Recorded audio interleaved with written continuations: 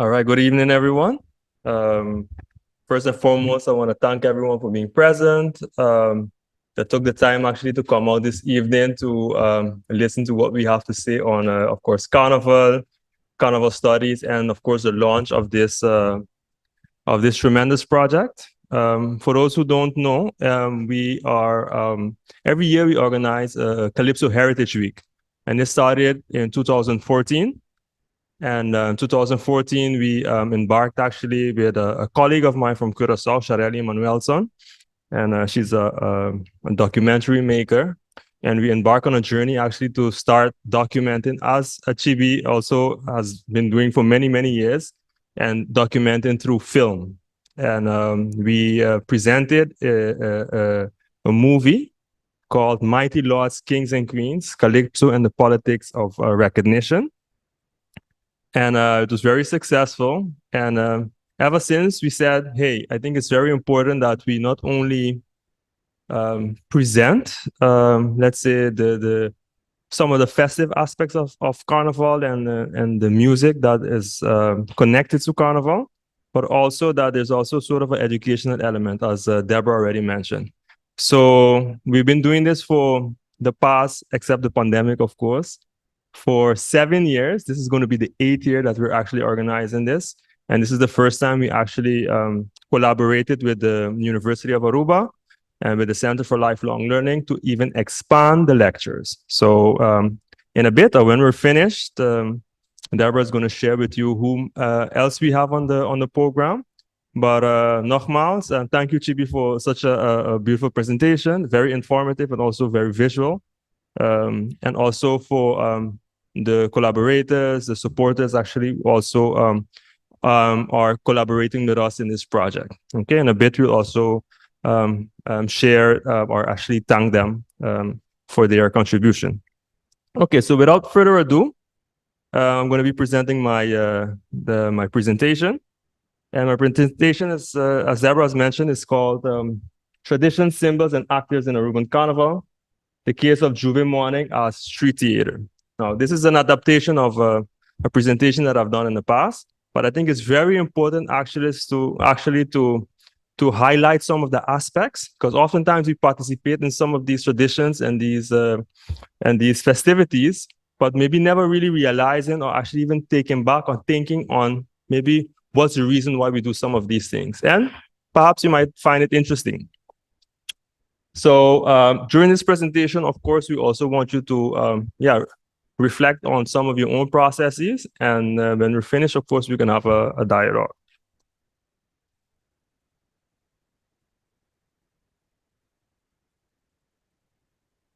Yeah, so just to share, so I'm a cultural anthropologist, and as an anthropologist, one of our main methods that we use to do research is called the ethnographic method. So the ethnographic method really is one of the multiple ways that anthropologists use actually to really embed themselves in the community. So what does this mean? This basically means that for us to be able to have a better understanding of culture, of how society functions, one cannot only look from a distance. So traditional science would tell you you have to have afstand. So you have to have distance when you're studying whatever a particular phenomenon.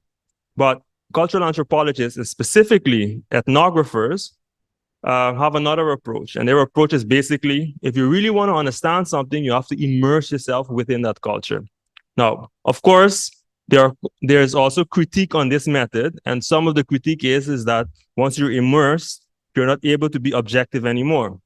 But one of the ways to be able to deal with this is to be also honest about your own biases in the process. So as we are born, as we have our own experiences, we all carry biases, conscious and unconscious. And in that process, what we call reflexive ethnography, to be able to describe your own processes. And this is what Chibi also presented. The fact that he also presented a bit of his own personal story also gives you an idea where he comes from. And also that also informs the way he views the world. That also influences also the way he that influences his art as well. So that's very important. So what I've been doing over the past 10 years, thank you, is over the past 10 years, I've been documenting, of course, Calypso and in the community and by different means.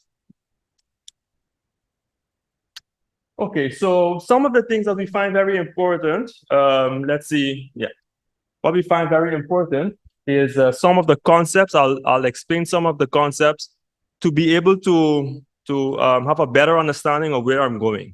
So some of the things that we talk about during Carnival, one of the words or the concepts that come forth is what we call ritual. So a ritual, of course, is a process of specific gestures or let's say traits that we continuously do in, let's say in Dutch, you would say in a vaste vorm, in a particular way. So that's one of the things. And when you think about Carnival and Carnival activities, there's a sort of a ritualistic aspect to it. Another aspect that is very much connected to ritual, of course, and it's actually, we can use it in many ways interchangeably, is what we call a symbol. So in rituals, there are also symbols. And in these symbols, of course, these are basically, identifications or objects, for example, in which we can identify something. Okay, so once you see, for example, a sort of a arc, so a M, a yellow M, it says what? McDonald's. Okay, so if you see the girl with the spruches on her face, you think on Wendy's. Exactly. So kids learn through symbol. So you have ritual, you have symbol as well. Let me continue up, but we forgot to mention one. Let's go back, Deborah. One more. Tradition.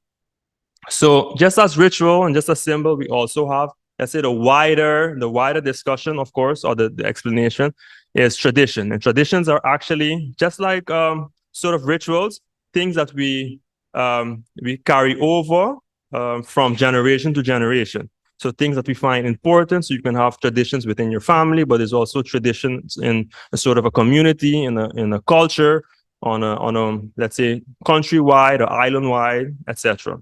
So you have these different things. So tradition, symbol, and rituals. All right. Okay. So once we know these concepts, we're going to zoom into, let's say, some of the studies that have been done in the past regarding Carnival and what we call the Carnivalesque. So it's very important to understand that Carnival and Carnivalesque studies actually have been existing for many, many years. So perhaps, of course, we as participants, or some of us as participants in this process, so oftentimes never realize maybe how much attention there is for Carnival. Of course, Carnival has been celebrated in some way or form all around the world, and is a sort of an expression. So one of the, let's say, the most quoted studies on Carnival and Carnivalesque is from a Russian philosopher and literary critic called Mikhail Bakhtin. And Bakhtin actually talks about some of these concepts. So he talks about Carnival and Carnivalesque as a sort of a temporary suspension of all hierarchical distinctions and barriers among men and certain norms and prohibitions. So basically, a moment it describes in medieval times, okay, whether let's say in Catholic Europe, for example, in which you had actually a moment in the year where people would actually, like in Dutch you would say, uit een dag gaan, they would celebrate and have a good time, okay? But and you can find these types of activities in all cultures around the world. Perhaps it's not maybe called Carnival, but there are other activities as well. And this is what we call the Carnivalesque, so something similar to Carnival. Okay, another concept, what he talks about is basically during this suspension of time and space, in a sense, is what we call inversion. Inversion is another concept. And inversion is what we call, let's say, the upside down, inside out turning of society. So everything that we have actually takes on another form. It's sort of a anomaly. So what is normal becomes abnormal, and what is abnormal, quote unquote, becomes normal in a way. And in this space, of course, is what we call a sort of a camaraderie within the community. This is what we call comunitas, comes from community. And in this space of comunitas, you have a sort of what you call a sort of a ritualistic aspect, what he calls liminality. And this is mainly actually some of the studies of Victor Turner, who actually really elaborated on some of Bakhtin's work. And what you really see is during liminality, there's a sort of in this period, there's a sort of a transition that takes place. Just like, for example, when someone goes through a holy baptism, for example, prior to you being baptized, you're in one state, and after you're in another state. So you transition from one area to the other area. But you see this in all types of ritualistic aspects. So being married or getting different ceremonies. For example, when and Turner did studies, for example, in different, let's say, African communities, and what he would notice is that basically that prior to, let's say, there are ritualistic aspects from you being a child and going becoming an adult, in which you have to hunt, for example, or in the, let's say, among the females as well, there are certainly ritualistic aspects. So all of this happens also, they recognize this in Carnival as well. Okay? Yes. So this is a good example of Carnivalesque and the inversive and the liminal. So if you look at social theory, for example, critical social theory, you would see basically that referring to Bakhtin and Turner, traditional society would be considered or organized according to, let's say, what the socialism Marxists will have this pyramid where you have the elite, the middle class, and the poor and working class. It's what you would call the proletariats in a way. So what happens during this inversive in this period? Tudo custa vira boca bom. So you would go through this carnival space, you enter this carnival space, and the pyramid turns upside down. This is what then he calls inversion. So what you would have, the poor and working class go on the top, middle class, and then the elite go on the bottom. So in the sense of a ritual in a role play. So what you would notice, the poor and working class are able to become symbolically mighties, lords, kings, queens, and be in positions of power, queens, ladies, doctors, and for example, as I will explain in a bit, during the, let's say, what would be considered activity of the working class, a Juve morning, for example, everyone is able to participate in that as well. Okay, so this is what happens. Okay, so some of the symbols, and Chibi's Bacchanal's book, of course, there's a lot of focus on this as well. Some of the symbols that mark actually this inversive period, okay? This liminal period, this carnivalesque period, which are usually marked by symbols of beginning and end. So what you'll have is, for example, the prince and the pancho, they actually get literally the keys to the city. And this goes back to European medieval times, etc. But these traditions we have taken over as well. So the prime minister, which is the hoogstgezag in the country, actually symbolically gives a key, of course, to the prince and pancho who are supposed to lead the carnival and who is usually at the beginning of the parade, the queens and the prince and the pancho, okay? So they run the city during carnival. Now, you go and the traditional carnival, at least the ones in Roman Catholic countries such as Trinidad, Brazil, New Orleans, Aruba, and I think Grenada as well, we have a pre-Lenten carnival tied to the Roman Catholic calendar. So it ends on Tuesday before Ash Wednesday, and Ash Wednesday is the end. So usually these French traditions also you get back. So the Fat Tuesday, the Mardi Gras. In Trinidad, you would have the Calypso Festival, the Dimanche Gras. So all of these coming back, but it's a period of feast, the period of uit je dak gaan. And when that period is passed, we go back to normal. So the pyramid, the upside down turning of the pyramid goes back to, so after Ash Wednesday, If you thought you were a king, a lord, of a mighty, or a queen, tijd is voorbij. So get in the back of the line. All right. So now it's very interesting, but there's also a lot of critique on, let's say, the carnival and carnivalesque theory. And Terry Eagleton actually talks about what he called the steam valve theory. Have you ever heard of this saying? The Roman emperor would give them brood and spelen, I think, something in that. And that's, yeah. So in a sense, to give the pueblo, keep their belly full, fool them in a sense for a period of time to be able to continue with whatever the oppression. So the steam valve theory says basically the carnival actually really promotes this letting go of steam during this carnival period.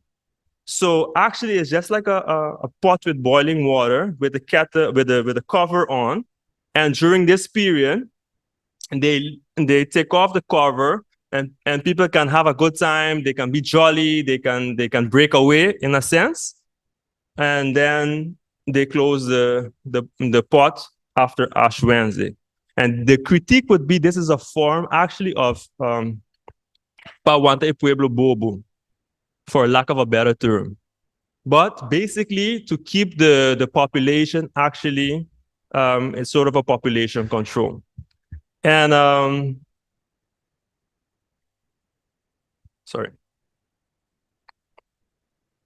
Okay, so now we lay the groundwork actually of some of the basic theories around carnival and the carnivalesque, symbol, tradition, and rituals. Okay, I think everyone has a better understanding of how this functions. In a bit, actually, also, I didn't get an opportunity to acknowledge actually Dr. Victoria Razak, who's also present, who has been one of the pioneers in this area of study. But hopefully, when we're finished, we can have your input as well. Okay, so going into the research findings, so I found it important to actually focus a bit on the Aruba case, because, of course, much of the literature that we have in general, we have general carnival studies, and much of the literature on carnival studies in the Caribbean is actually emanates primarily from the island of Trinidad and Tobago, the island nation of Trinidad and Tobago. Of course, they have done tremendous work over the years, but there are very few studies, or increasingly more, I should say, on our islands. And I think it's very important that we have more studies done to have also, let's say, to see what the similarities are and what the differences are. So we're going to zoom in to J'ouvert Morning as a space of nostalgia, a longing for tied to memory. Okay, so there's one activity in Aruban Carnival that rarely, I would say, that evokes such a massive response, and people become so emotional about is the Calypso contest and J'ouvert Morning. There's a lot of emotion. Rarely you see any other activity during Carnival evoke such an emotion. But when you really look at it, when you analyze it, you'll understand a bit better. So these are some of the, let's say, the quotes or the references to J'ouvert Morning in music, in our expressions, as something that we long for, that we have been waiting the entire year for, because we want to get to this J'ouvert Morning. So we have Bobby Gibbs, who's also here present. In one of his famous songs, the song is entitled "We're Going to Walk for J'ouvert." So we're going to work for J'ouvert. So, and then he says, see how they whining, see how they jamming. Everybody coming down to play. See how them break away. This idea of we want to get to this J'ouvert. Another one by Mighty Reds, Bang J'ouvert. I don't know if you remember this one. Then he says, Bang bang quator marduga, somebody knocking on my door. This ain't no joke, I vex for so. I had to go and pick up my 2x4. When I opened my door, to my surprise, two women dressed in pyjama Kinishibo drumi ainda reds. Juve morning na cominça. Pone manga arriba. We going down pariba. Cabeça ball. We going down pa ball. Hands in the air. Carnival Juve morning. From everywhere. People start to jam. And then he continues, put your hands up, etc. But it's this feeling of, in the middle of the night, these women come knocking on the door. We want to go Juve. So it evokes an emotion, evokes some feeling of we want to get there. Okay, so now these are some of the quotes that I found online over the past years. I don't know if you recognize some. So one of them is he says, Carnival without a queen election is still Carnival. Carnival without Juve is blasphemy. Another one says, okay, the most important part of Carnival, Juve, is over. Time for the filling. Continue. Okay, so if we look at the concept of Juve, Juve actually originally is French. It's French is from the, let's say, the French term, and of course is a creolization. So it's a French creolization.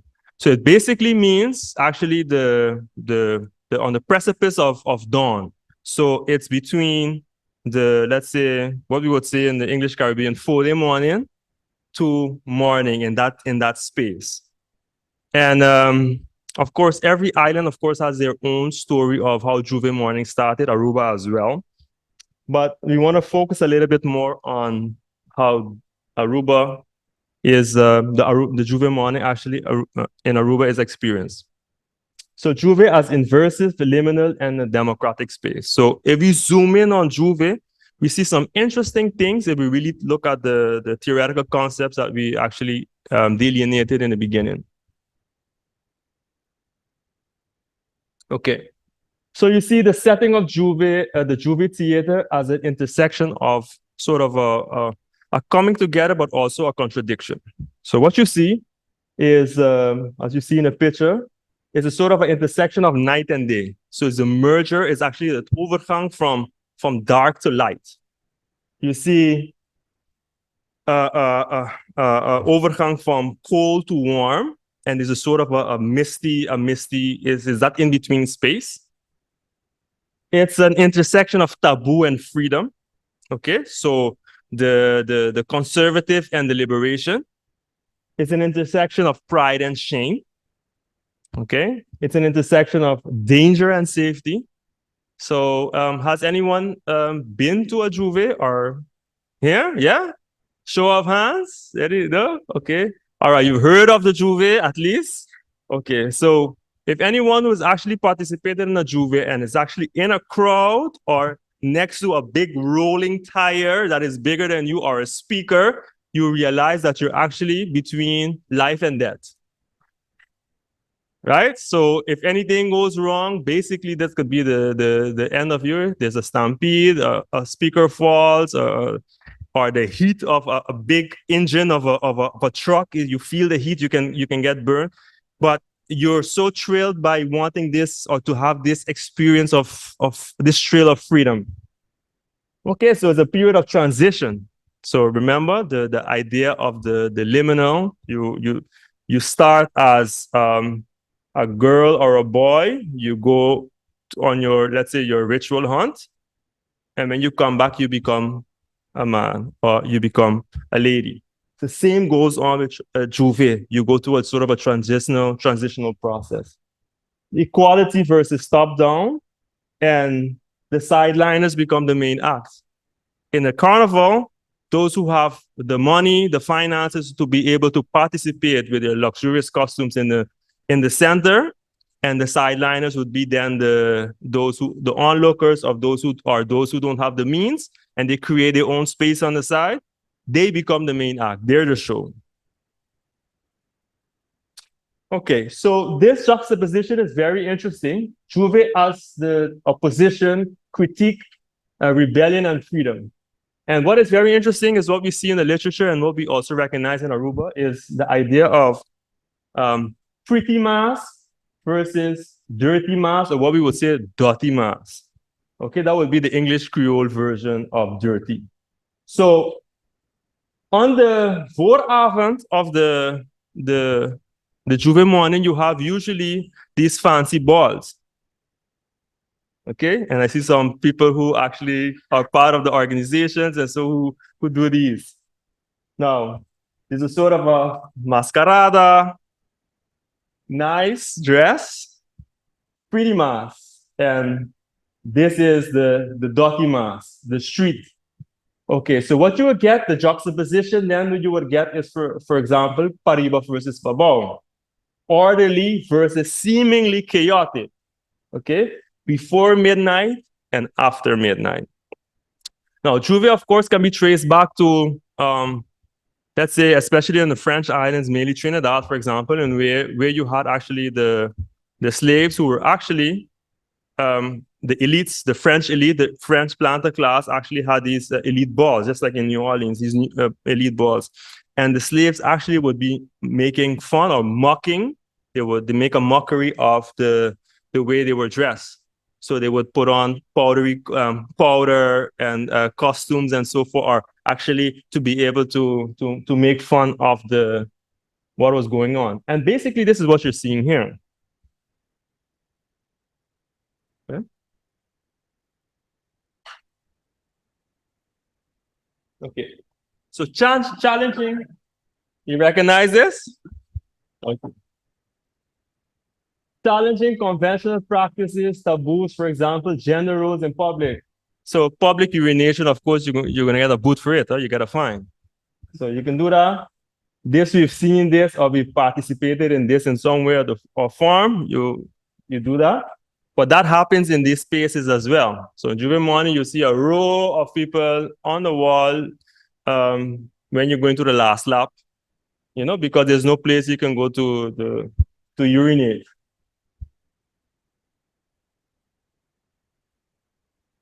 Okay, so challenging conventional norms, gender, sexuality, race, identity, behavior. We don't got no behavior. Okay, so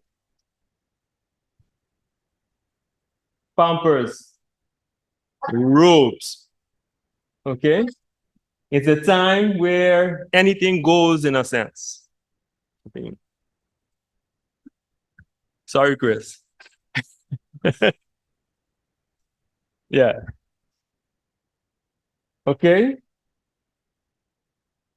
The big man, just like you have the Napoleon complex, the little man who wants to be, what's it called? Calimero wants to be the big man. So the big man, psychoanalysis, wants to be the baby. Puts on the pampers, puts on the outfit. Okay, satire, Juve satire. So this one is drinking some spoiled milk from President Donald Trump. Okay, so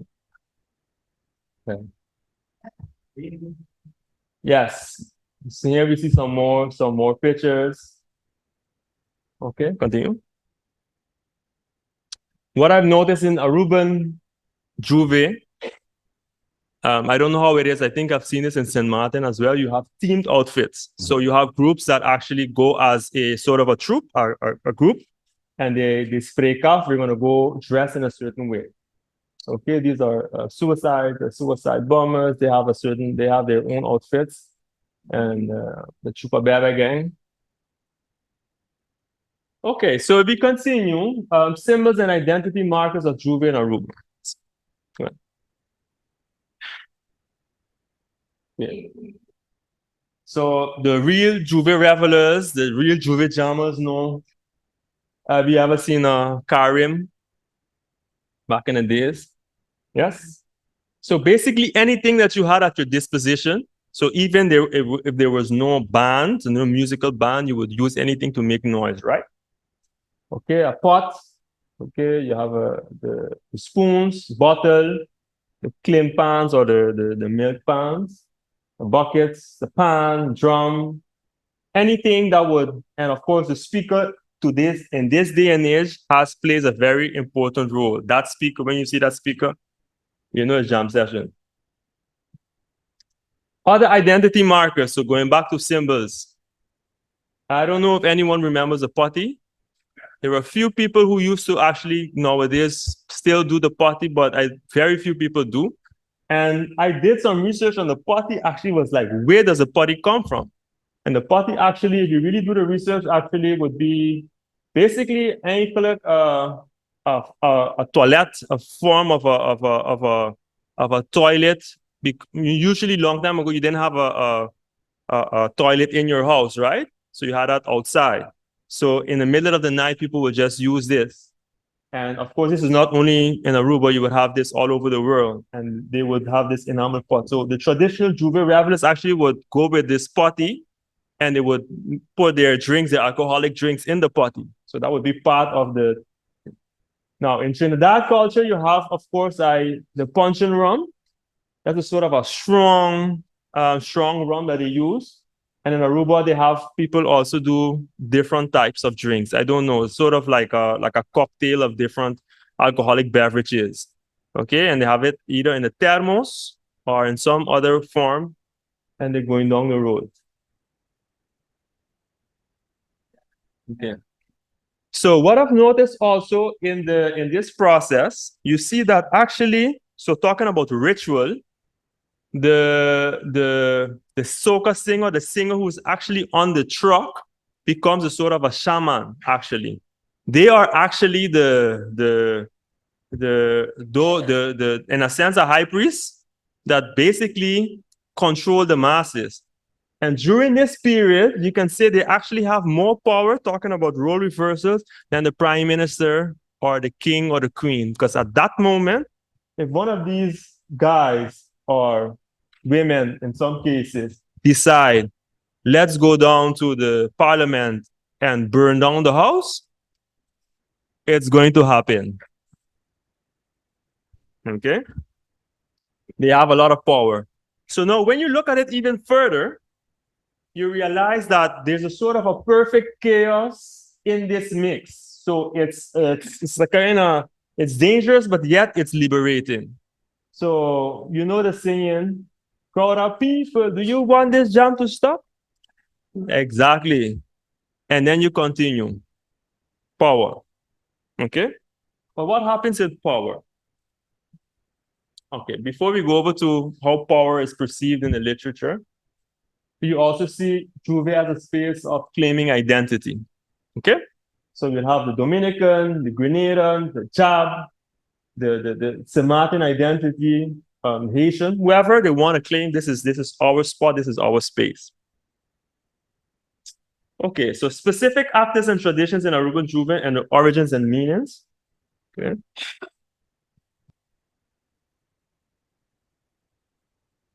Continue. Yes. So what we discovered in Aruban Juve, just as which is a Grenadian tradition primarily, and also in Trinidad, you see it, is the jab jab. I don't know. Have you seen this? Okay. And this is something I don't know how. I don't know when was the first time it was done.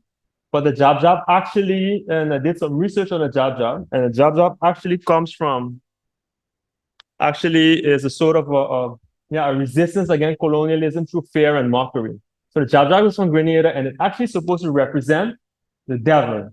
Okay, the jab actually comes from the word of, it would be a creolization of French, would be jablesse or la jablesse. I don't know if, correct me if I'm wrong.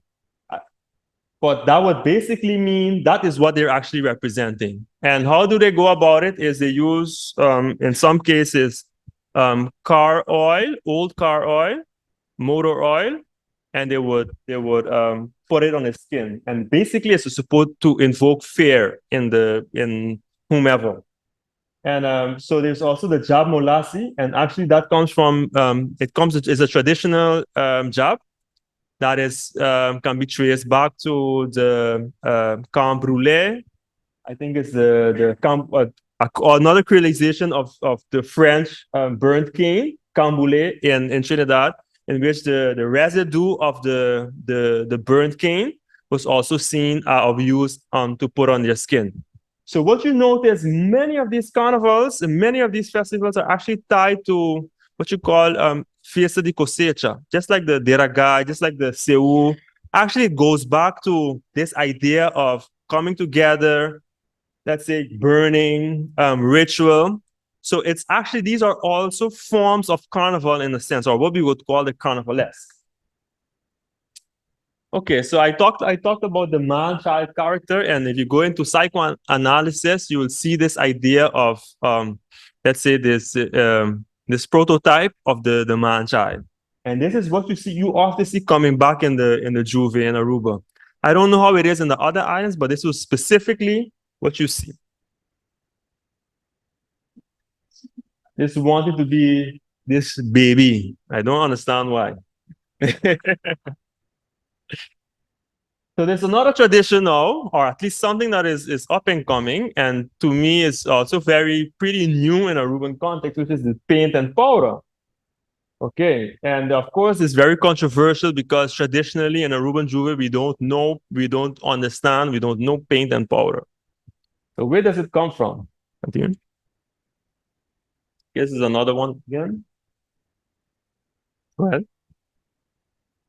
And before I explain a bit on the paint and powder, you also have this is the traditional Juve that we know. There's the 90. The 90, the curlers, the rope, and the potty. Those were the basic ones. Okay.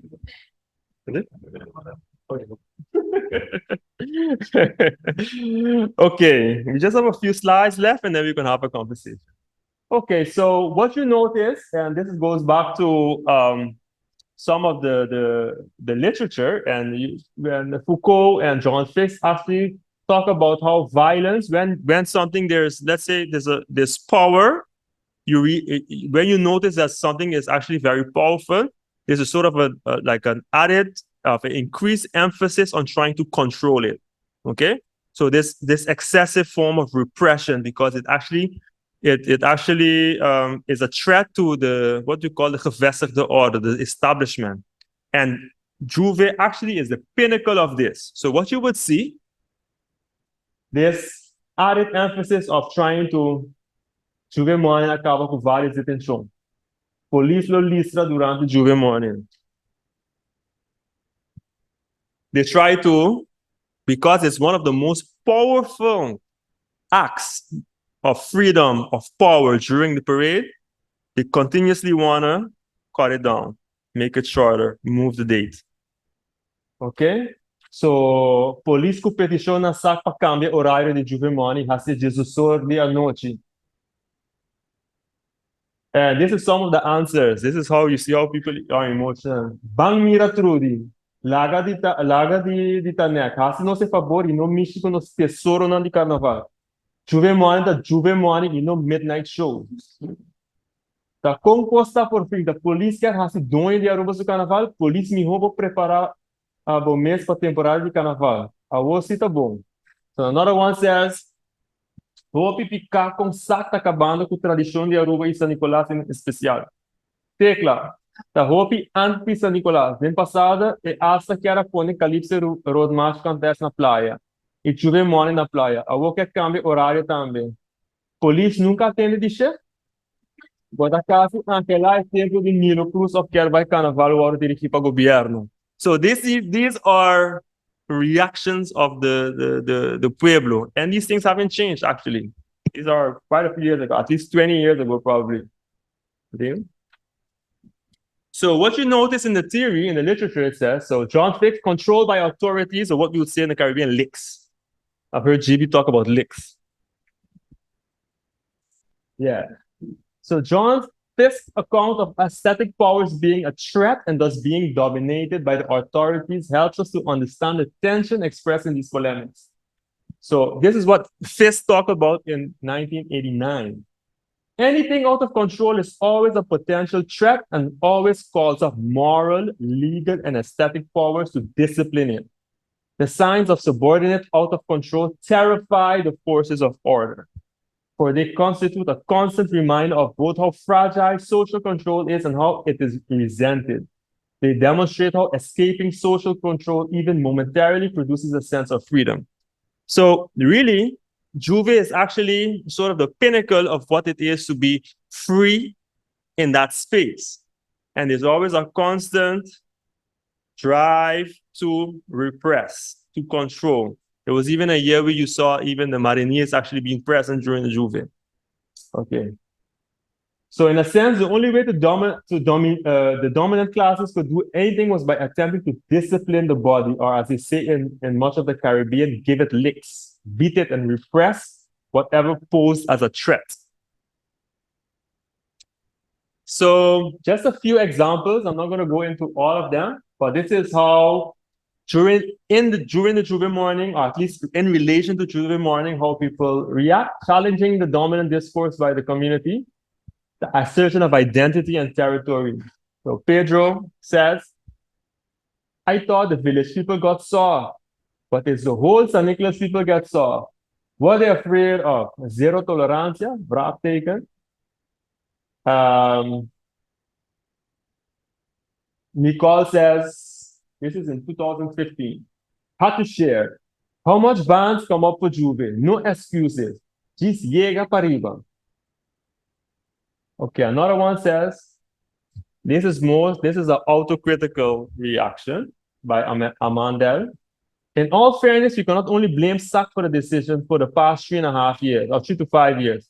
Not many bands would participate in a Juve. They would rather play at private parties for companies the Friday before.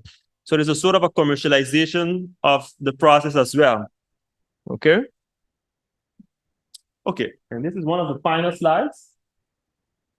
So now, doing the research on paint and powder, you go back to actually Indian traditions. So in Trinidad, as we know, Trinidad is just like Suriname and Guyana actually has a pretty large, actually almost a half of the population is actually of East Indian descent. So they celebrate Diwali, Holi, Pagua.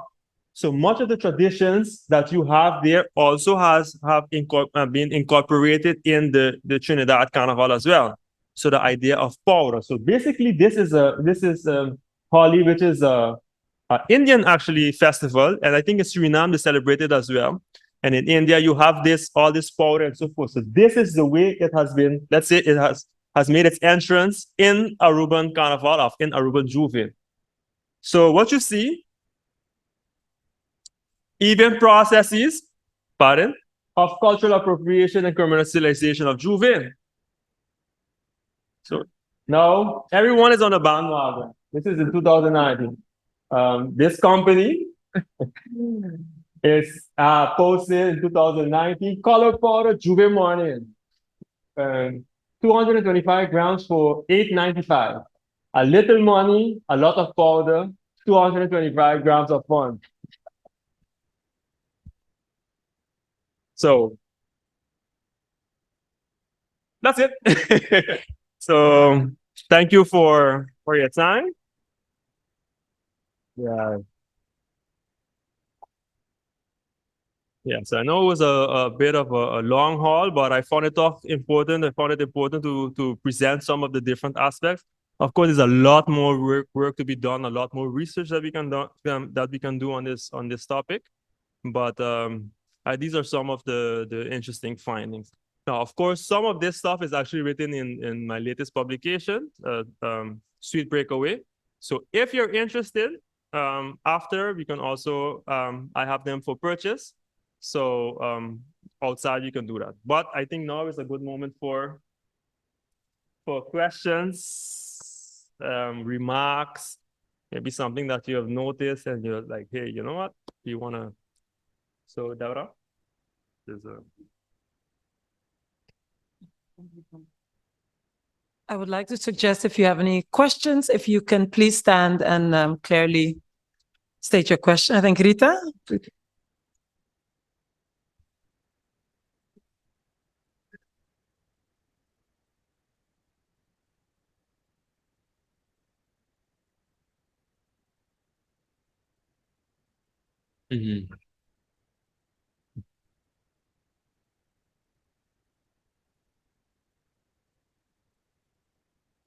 okay.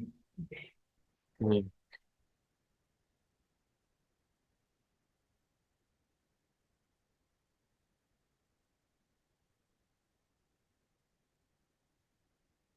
Mhm.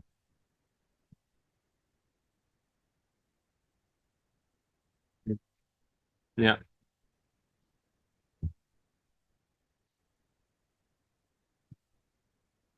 Yeah. Mhm.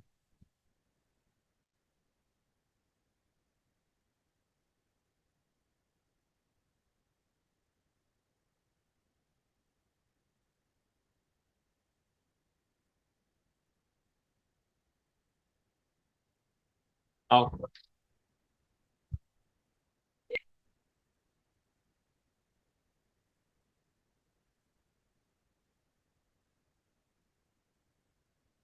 Mhm.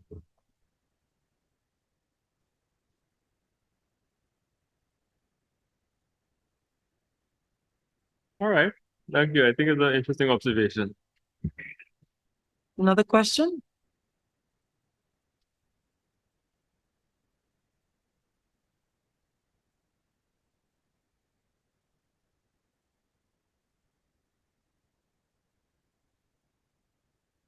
Kaiso. Kaiso. Uh-huh.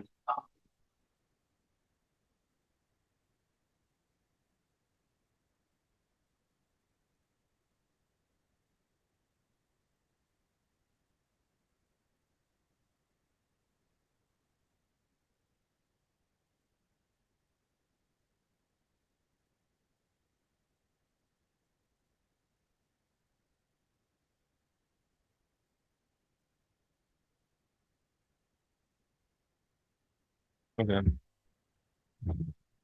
Okay. Mhm. Okay, I think it's a very interesting remark. I think we have representatives actually of the musical foundation. I think Bobby would be able to explain that.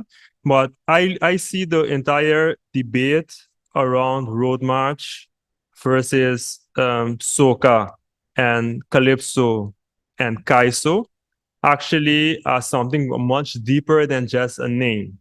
So from my concept, it's actually it is something of let's say it is I see it more as perhaps a code for this is ours and you want to take it away.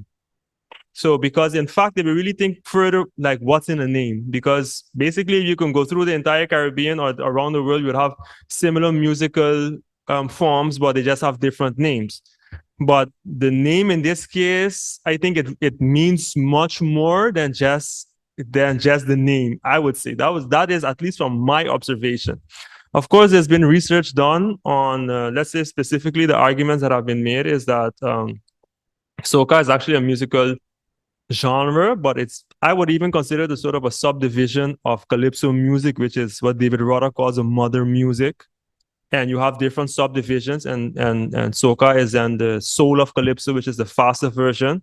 And according to the accounts, in the 70s, actually Ras Shorty and others, of course, even though he's not the only one that actually worked on it, the idea was basically they wanted to create a faster rhythm to be able to accommodate the people for the streets. But in fact, prior to that, you would have faster calypsos also, and they would be called the Lavway or the Roadmarch calypsos. So Roadmarch calypsos is actually for more for the salon, the party, and so forth. But soca, of course, they developed it, and particularly, and I guess musicians will be able to tell you maybe what the difference is in the 70s, and eventually that came over to Aruba as well. Now, musically, I wouldn't be able to tell you if there is even a difference. But I think the deeper discussion, it has to do with a sort of a claims of identity of, okay, this is something that has been developed in Aruba. Let's say, quote unquote, what we would then road march, and let's say the no setup in a way. This is our identity, and this is also our claims, also from the entire population to be part of this movement. Because if we really think about it, these are actually musical genres that actually have been influenced or came over through migratory processes. So, and very interesting, it has become sort of a national treasure, national music for everyone. And in that process, everyone also, which is natural, wants to also claim part of that identity. And when they hear, for example, when some people hear the word soca, it gives them another connotation. The connotation is it's Afro-Caribbean, it's English, it's from the English speaking islands. That's the connotation. So musically, perhaps maybe, to be honest with you, I don't even know if there's much difference, but there's a political debate, there's an underlying debate. That's from my perspective. Yes, huh? What do you What do you uh-huh. No, you can ask it in whatever language you would like.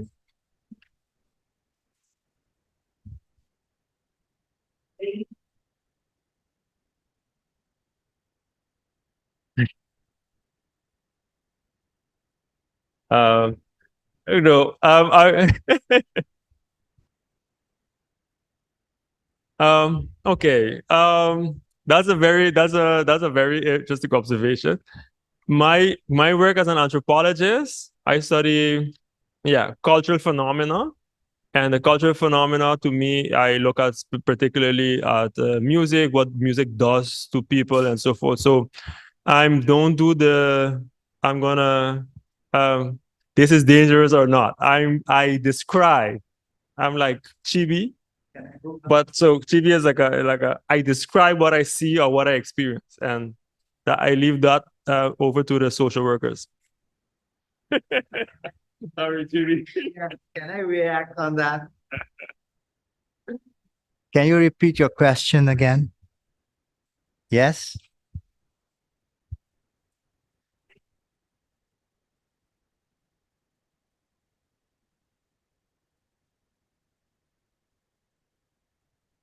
That danger is everywhere, not only in Carnival, but that dangerous, that day. No, no, no, no, no. You understand me? You understand me wrong. That danger of alcohol, teenage pregnancy, drugs is everywhere, not only in Carnival. What I mean is, Carnival, yung po na papiamento, Holandés, Carnaval, tung plataforma asina grande, pastudia, papostudia, human behavior, gedragspatronen, no mas mihoko te possível. Sigumi carnaval ta e plataforma mas grande, o kita carnaval, bota kita bo oportunidade para postudia essay. Se bo kita carnaval queremi, hindi nang tahanya outra plataforma, pahasi lo qual nang kehasi, seja ta droga, teenage pregnancy, kiko ta. O carnaval te oferecebo e oportunidade para estudar e gedragspatronen na pasinha di kung hindi nang tahasi lo qual nang tahasi. E buscar uma solução pe. Bo kita carnaval, bota kita bo oportunidade pasinha tocante sei. Essa é a minha opinião. Nta carnaval ta e causa di tur local ta pasa kinanang. E hindi nang tahanya, sinangkiar, nang tapos ko outra plataforma ora pasi.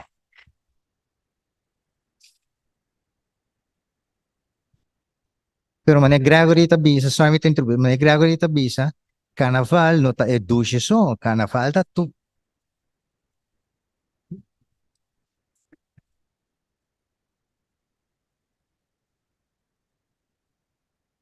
Sí, sí, claro, seguro.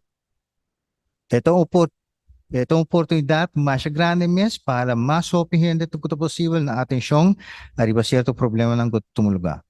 But Sim, sim, nesse sentido, da diz como me gratifica tu pensar que não dá acne focus em mim, desse questão. Essa é da, pero me querer para um momento que quer as pessoas me querer da nothing is far to pass isso aí me querer de mais estúdio não tá nada fazendo estúdio no Rio de Janeiro. Então, antropólogo também por algo que é me querer. Isso é bom. Yeah.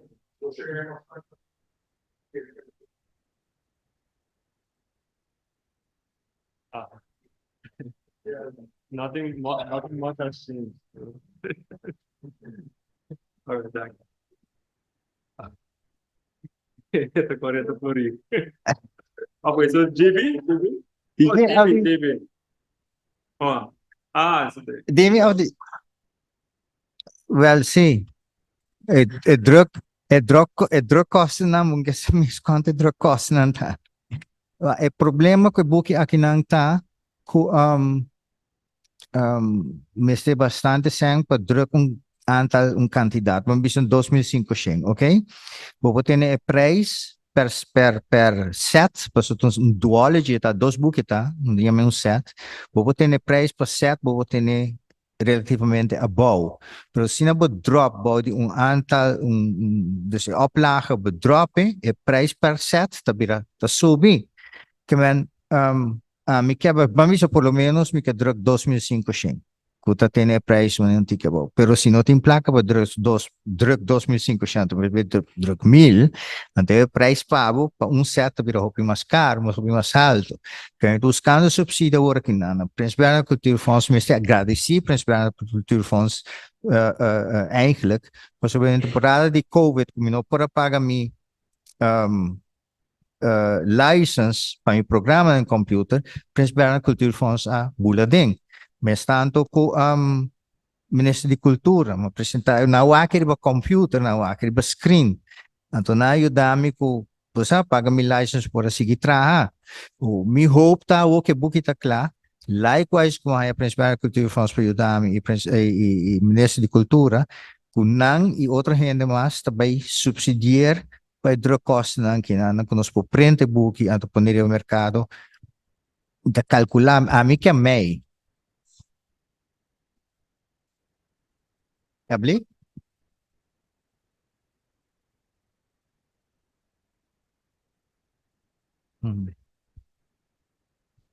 essa mi esperança sim sim foi uma trachete aéreo buki e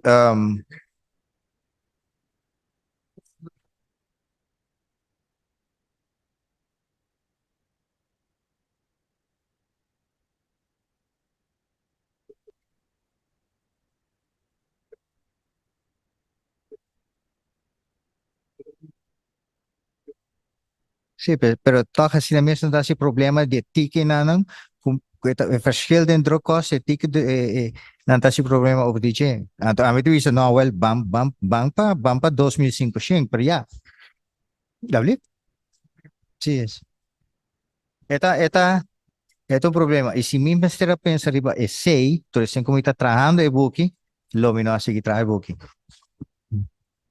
So, buki nanang, pone problema na yung banda, pa para sige kawe buki. So, sino si lo tawa algo obi demotivante.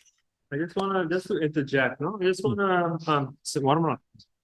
I wanna, as I mentioned during the presentation, I wanted to acknowledge actually someone who actually um, was one of the first ones actually to do an anthropological study on Aruban Carnival, which is Dr. Victoria Razak. I don't know if you can stand up. Okay.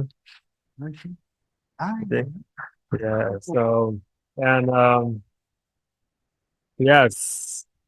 So that work is actually one of the, let's say, the foundation pieces for many of the other studies that came forth after that. And of course, during the process, I think everyone has a role to play in that process to contribute and from multiple aspects.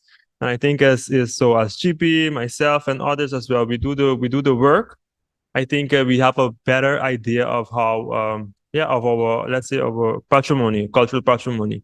But I think it's also very interesting. I think it was the first time I saw someone doing a scientific study on Aruban Carnival and the symbols and traditions and so forth. So I don't know, Vicky. I don't know if you want to say anything. Are you in the? Oh, yes, sir. Okay.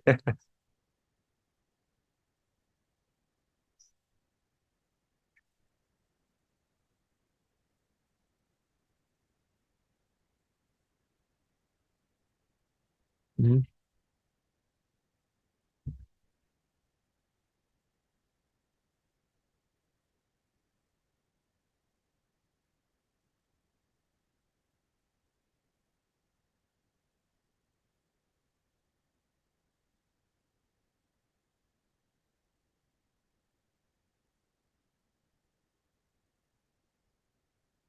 Mhm.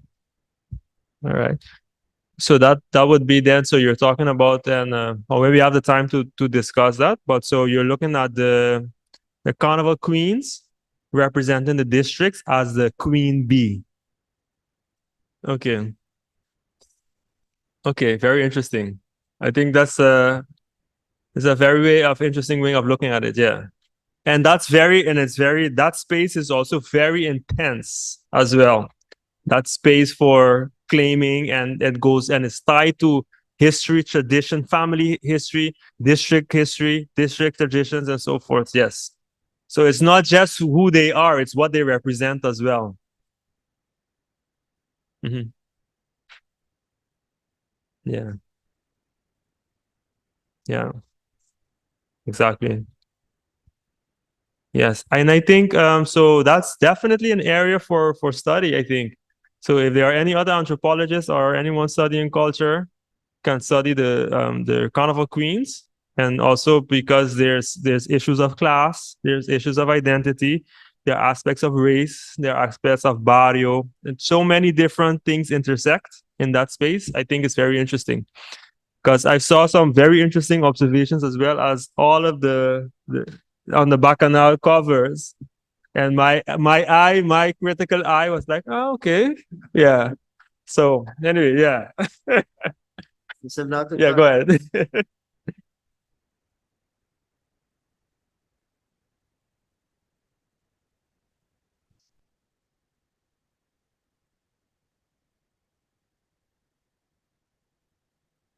Mhm.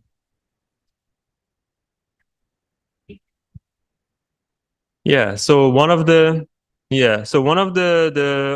are definitely similarities. Yeah, Juve still has a sort of a I don't know, it's like a mythical a mystic experience about it in a way. And so really ritualistic, the idea of, and that's why people are very tied to the dates as well. So traditionally it has to be in a Aruban context prior to the final week of Carnival, the weekend of Carnival. So if you move it, there's a sort of a strange, it's something is off. But one of the, let's say, the dances that are particular in this space is actually the whining, the wine, and there have been studies done on whining and the walking up. So the wine and the walk up, you laugh here, huh? The gyration. No, but didn't they say the English Creole version of it, the Caribbean English version, is basically sort of a yeah. So the studies that have been done, and of course, there's more work to be done as well, is that the waist below is actually a sort of a always is associated with the erotic, right? So with the reproductive, the erotic, but it's also the shattering of, let's say, the limited spaces of height of restriction that we have in regular society. And what you see then that someone who traditionally, I'm going to use a stereotype, the girl or the guy who works at the bank, who is in this clothing or struck during the Juve morning, you see them whining and walking up. So that is their claim of sort of a space to, you know, that maybe that inner child, to go back to the child, that inner self, to be able to get an opportunity to. So but on that topic, we're going to be talking on the 20th, in which we have a very interesting talk on female agency in Carnival, and there's going to be a panel as well after Dr. Dwayne.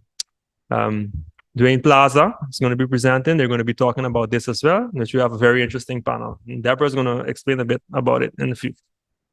Yeah. Yes.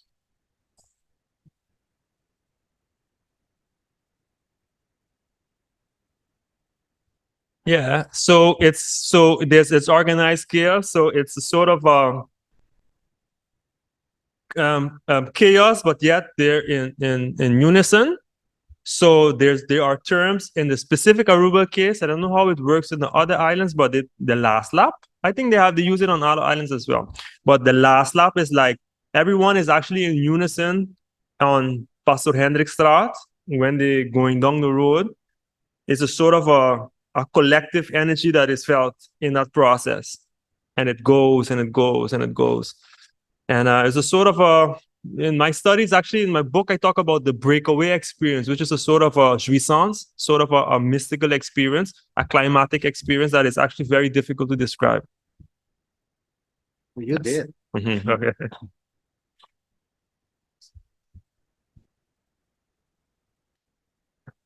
Mhm.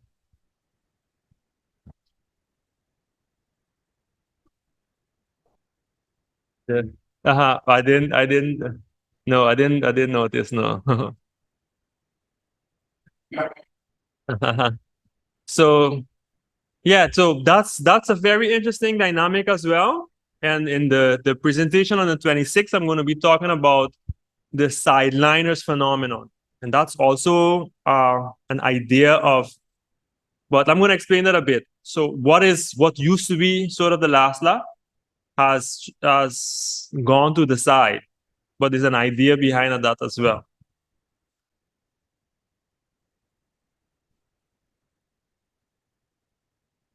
Mhm. Yeah. Mhm. Oh, listen.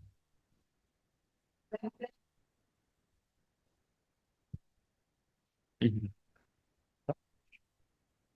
Mhm. Mhm. Okay. Okay.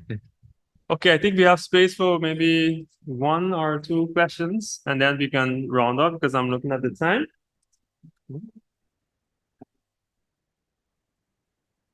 Going once. Okay, good. Going once, indeed. Going twice.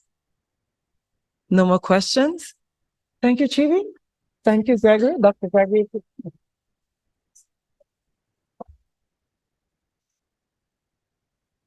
It's always a pleasure to see the aula filled with so many, I call you guys lifelong learners.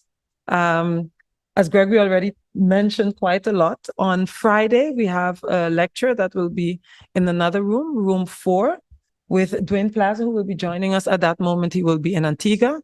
But Dwayne Plaza is a guest lecturer at the University of Aruba. He's located in Arizona, and he gave a lecture, was it September, on food and its origin. So many of you might have attended. Then on the 23rd, we have Dr. Sharissa Granger. She is an Aruban-born Yuditera, they would say, and her topic is going to be on music performance and climate challenges. It's really going to be an interesting one. Also to be held here at the University of Aruba.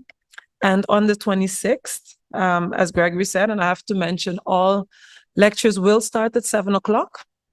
And on the 26th, nos está by School de Arte, nos by Pariba, we're going Juve, Pariba de Brug, where indeed we will be looking at,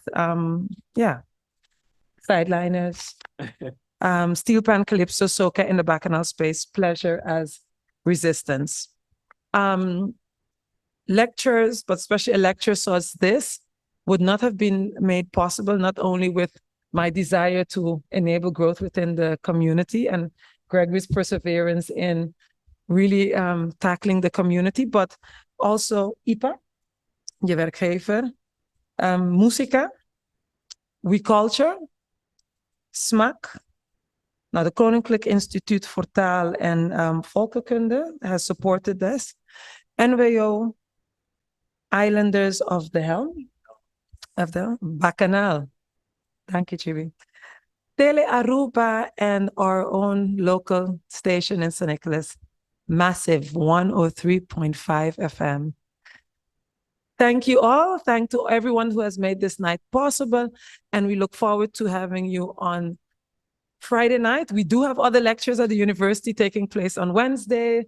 We have Dr. Chung will be adding. I think, Gregory, you still... Maybe you can add that on the gender one. Oh, yeah, the gender. An interesting panel as well. Yes, I have to say we'll have an interesting panel. I think parliamentariër porta. The minister of finance and culture will be present as one of the panel members, also to talk about her role as and others as well on women in Carnival and as emancipation. Yes, and coming from the Caribana, but also translating it to where we are, because we've seen women have disrupt. And I have to say this lecture is based on a book from Dwayne Plaza. Unfortunately, he cannot be here physically, so it will be via Zoom. He will be presenting it. But in his book, he looked at how women disrupted Carnival and how we have taken over this thing. So thank you very much. And again, for those of you who might be interested in receiving emails from us, the Center for Lifelong Learning, to be pending our upcoming lectures, but also our workshops, conferences, please pass by and I will register your name and have you added to our mailing list. And as I said, look forward to seeing you on Friday and every other day here at the university. Thank you very much.